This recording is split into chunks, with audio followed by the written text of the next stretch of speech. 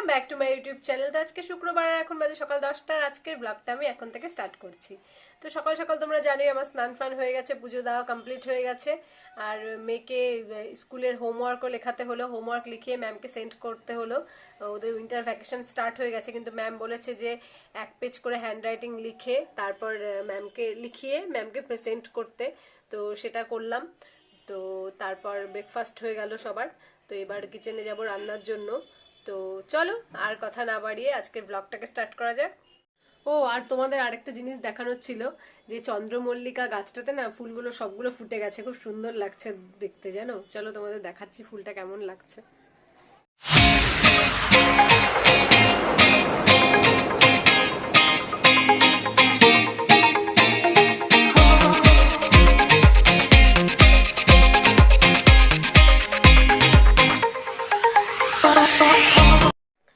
তো দেখলে না ফুলগুলোকে কি সুন্দর লাগছে।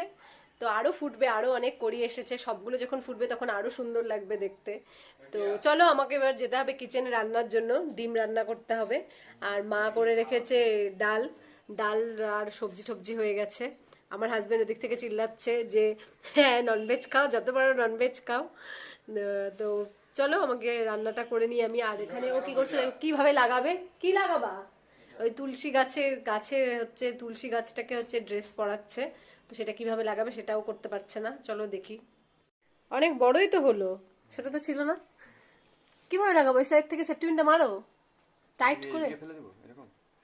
হ্যাঁ করে দাও না, কুচি কুচি দিয়ে নাও। এটাই বড় হয়ে গেল, আমি তো এটাকেই ছোট ভাবছিলাম। কি করে বলবো? ওই সাইডটা সেফটিপিনটা দিয়ে দাও, ভিতর দিয়ে দিয়ে দাও, বাইরে দিয়ে দাও। আমি যখন বিকালে সন্ধ্যা দিব তখন আমি ঠিক করে পড়ায় দেবো। এখন আপাতত তুমি যেরকম পারো করো, এখন আমি ধরবো না।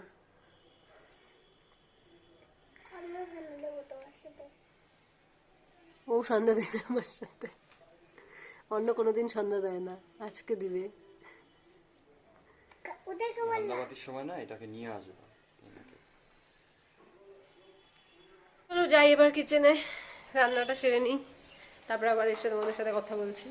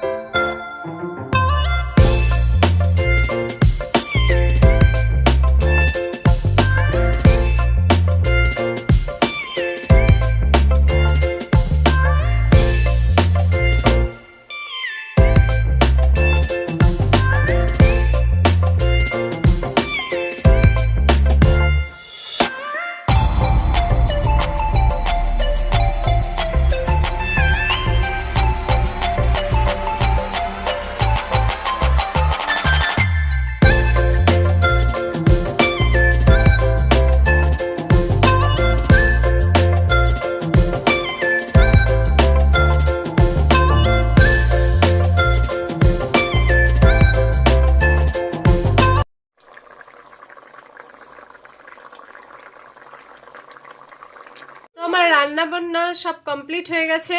এবার মেয়েকে স্নান করাবো, স্নানটা করিয়ে নিই, লেট হয়ে যাবে না হলে, এমনিতে শীতের দিন। তো ফটাফট ওকে স্নানটা করিয়ে নিই। মেয়েকে স্নান করানো হয়ে গেল। এই যে দেখতে পাচ্ছ মেয়ে এখন নিজের ডল সেজেছে, ও নাকি ডল, ও একদম স্টপ হয়েছিল। ওইভাবে আমি ওকে ড্রেস ট্রেস পরালাম, যে বলছে যে আমি ডল, আমি হাত নড়াবো না। তো এখন বসে থাকি, এখনো টাইম হয়নি, 1:45 বাজে, 2টোর দিকে খাওয়াবো মেয়েকে। তো তার জন্য এখন বসে আছি। আর মেয়েও হচ্ছে খেলছে ওর খেলনা ফেলনা নিয়ে।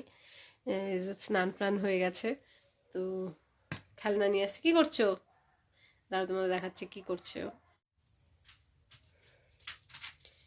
ওষুধ আছে কিন্তু ওখানে, ওষুধ ধরে না।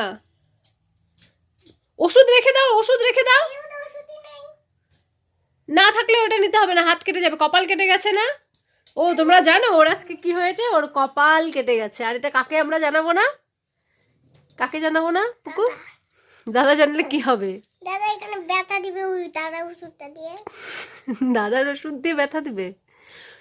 ওষুধ দিলে ব্যথা লাগে? ওটা খোঁচা, ওটা ব্যথা লাগবে। তাই?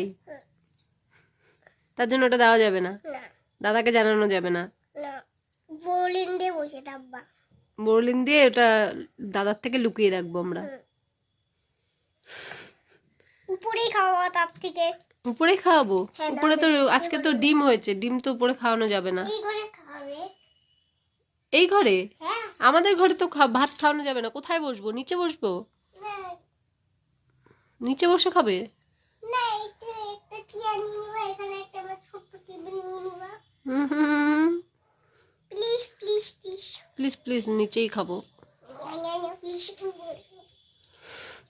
তো তুমি একটু পড়াশোনা করে নাও এখন, খেলো। ড্রয়িং করো, নিয়ে আসো কালার্স। খেলবো। ইভিনিং বন্ধুরা, তো এখন বাজে বিকেল 4:30 আর সমস্ত কাজকর্ম সবকিছু কমপ্লিট হয়ে গেছে। এবার একটু বসবো, তারপর সন্ধ্যা দিয়ে দেবো। তাতেই সন্ধ্যা দিয়ে দেবো, কেন কি আজকে আবার এক জায়গায় আমাদের নিমন্ত্রণ আছে, আমার আর আমার হাজবেন্ডের। পাশের বাড়ি যে দাদু থাকেন উনি বৈষ্ণব, ওনার বাড়িতে পুজো আছে, তো তার জন্য হাজবেন্ড আর আমার আজকে নিমন্ত্রণ, তো সেখানে যাব। মেয়েকে নিয়ে যাব না, যেহেতু খুব ঠান্ডা, রাত্রে ওই টাইমে যাব তো ঠান্ডা হাওয়া লেগে যাবে। তো একটু দূরে আছে দাদুর বাড়ি, তো সেখানে গেলে ওর অবশ্যই ঠান্ডা এমনিতেই লেগে আছে, আবার ঠান্ডা লেগে যাবে, তার জন্য ওকে নিয়ে যাব না। তো আমি আর আমার হাজব্যান্ড চলে যাব। ও নিচে ওর ঠাম্মির সাথে শুয়ে আছে, চুপ করে যেতে হবে, নাহলে তো আবার যাওয়ার জন্য বায়না ধরবে। তো আমি বলে আসলাম ওর ঠাম্মিকে যে ওকে দেখো, আমি এখান থেকে সন্ধ্যা ফন্ধ্যা দিয়ে রেডি হয়ে থাকবো, রেডি হয়ে তারপর চলে যাব। তো চলো আমি আগে একটুখানি রেস্ট করে নিই, তারপর সন্ধ্যা টন্ধ্যা দিয়ে আবার কথা বলছি তোমাদের সাথে। 6টা বাজে এখন, সন্ধ্যা ফন্ধ্যা দেওয়া সব কমপ্লিট। এবার আমাকে রেডি হতে হবে। হাজবেন্ড চলে আসবে 6টার মধ্যে, বলেছে যে ও রেডি হয়ে থাকতে আমাকে, ও এসেই চলে যাবে। তো কি পরবো ড্রেস সেটাই ভাবছি, শাড়িই পরি না, যেহেতু পুজো বাড়ি।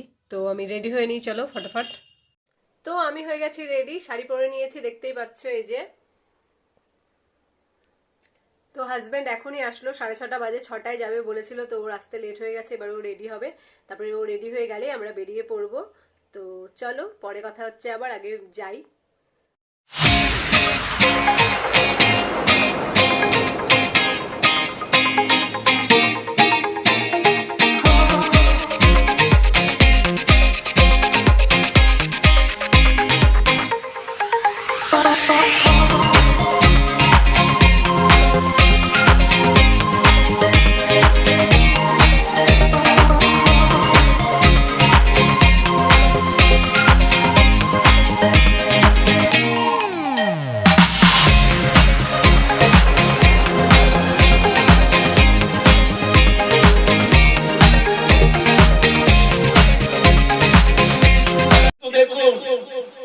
এই জন্য মহতের কৃপা বিনা কার্য সিদ্ধ নয়, কৃষ্ণ ভক্তি দূরে রহু সংসার নয়।